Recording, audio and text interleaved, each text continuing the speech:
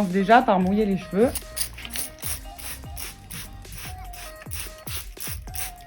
Ensuite, on place déjà les cheveux, donc là, plutôt vers l'avant, un peu relevés dessus. Et on va commencer les côtés, la nuque, à la tondeuse. Alors nous, on ne veut pas trop court ici, donc on part sur un sabot le plus long. Et à voir si on dégrade après, donc on partira sur un sabot plus bas. Donc ce qui est important, c'est de s'appuyer sur le cuir chevelu au niveau de la nuque, mais c'est de ne pas suivre la forme ronde du crâne et de monter la tondeuse comme si vous vouliez qu'elle aille toucher le plafond en fait. Donc là, on est sur un sabot de 1,2 cm. Voilà, et vous continuez sur tout l'ensemble de la nuque et des côtés.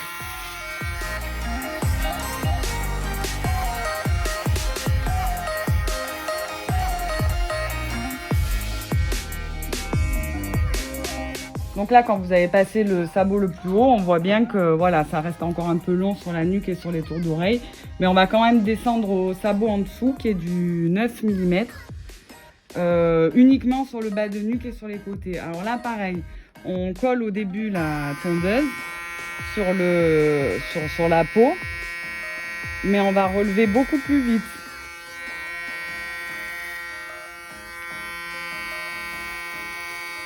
Comme si, pareil, vous vouliez qu'elle touche le plafond. Et vous voyez, de ce fait, vous n'avez pas de démarcation, en fait.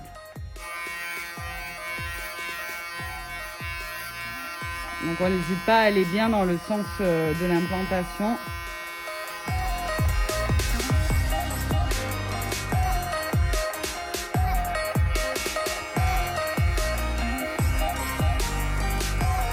Donc là, on va tracer la nuque bien propre. On va éviter de rentrer dans l'implantation. Donc on va vraiment délimiter juste ce qui dépasse. Donc là, on se met à 0. On enlève les sabots et on se met à 0. Tondeuse bien droite. Et on va franchement, vous ne pouvez pas couper, hein, de toute façon, il n'y a pas de souci. Et on va franchement appuyer pour enlever tout ce qui dépasse et qui n'est pas joli.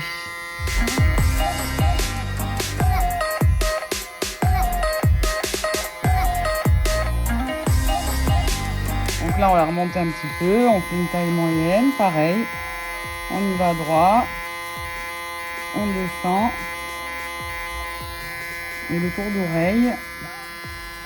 Donc on plie bien son oreille, on y va avec vraiment le bout de la tondeuse. On ne touche pas le cuir chevelu, on survole. On la remet en place et on voit qu'il dépasse un petit peu.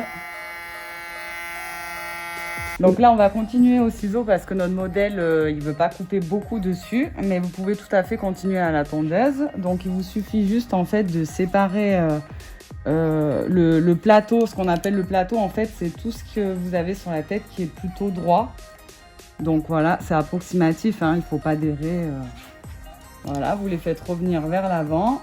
Il vous suffira juste de prendre le sabot au-dessus que vous avez utilisé pour l'entre-deux. C'est-à-dire qu'on part toujours du plus bas et qu'on remonte. Donc si vous avez fait du 6, du 9, vous utilisez le 12 et on utilisera le 15 pour finir dessus. Je vais vous montrer, nous on va donc finir au ciseau et je vais vous montrer quelques astuces pour réussir, essayer de réussir ça à la maison. Donc voilà, toujours, on a toujours séparé, on garde le plateau dessus. On prend mèche par mèche, les doigts bien droits et on coupe. Et on reprend toujours la première mèche qu'on a coupée pour se donner en fait je sais pas si, vous voyez là, là il y a la longueur de la première mèche qu'on a coupée et c'est ça qui nous sert de témoin en fait pour savoir ce qu'on doit couper sur les autres. Toujours les bras bien droits.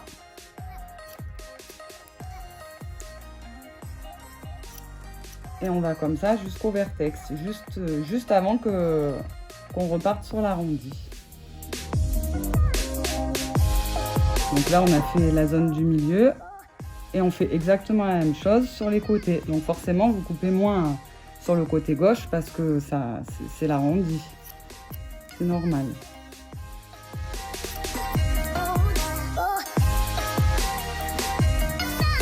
Pareil, de l'autre côté.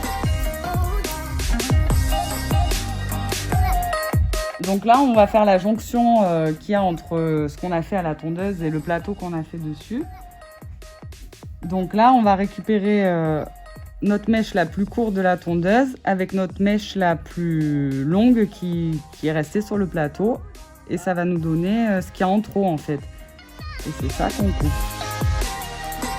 Et on continue, pareil. On va faire le tour.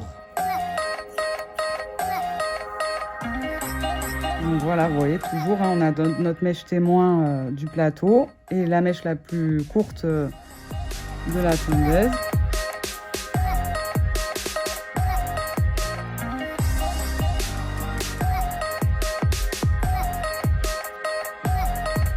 Là, la coupe est quasiment finie, donc on place les cheveux dans le sens où ils veulent aller en fait. Et on voit bien que là, voilà, il y a des zones où c'est encore un peu trop long sur la jonction. Donc ce que vous pouvez faire pour que ce soit le plus parfait possible, c'est prendre la tondeuse au sabot 0, donc sans sabot plutôt, et avec votre peigne. Donc là, c'est vraiment à main levée. Ce qui est hyper important, c'est de ne pas faire ce qu'on a fait depuis le début, c'est de ne pas coller son peigne sur le cuir chevelu parce que là, on enlèverait beaucoup trop. Donc il faut vraiment juste effleurer les cheveux, garder le peigne bien droit, ni en dehors, ni rentré.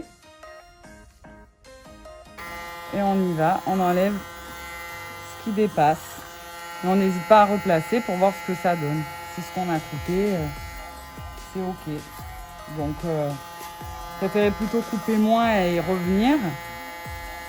On n'hésite pas à replacer ses cheveux. Voilà, là c'est encore un peu épais. Voilà, donc là on vient, le peigne bien droit, pas appuyer sur le cuir chevelu. Et on enlève ce qui dépasse. Voilà. On regarde, on fait le tour. Voilà, pareil un peu là.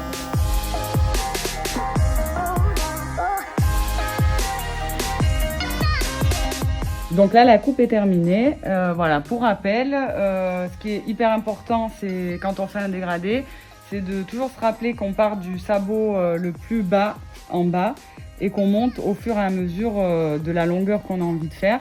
Nous, ici, on a terminé au ciseau, comme vous avez pu voir sur la vidéo. Vous pouvez très bien continuer à la tondeuse, donc partir du sabot le plus bas pour finir au sabot le plus haut.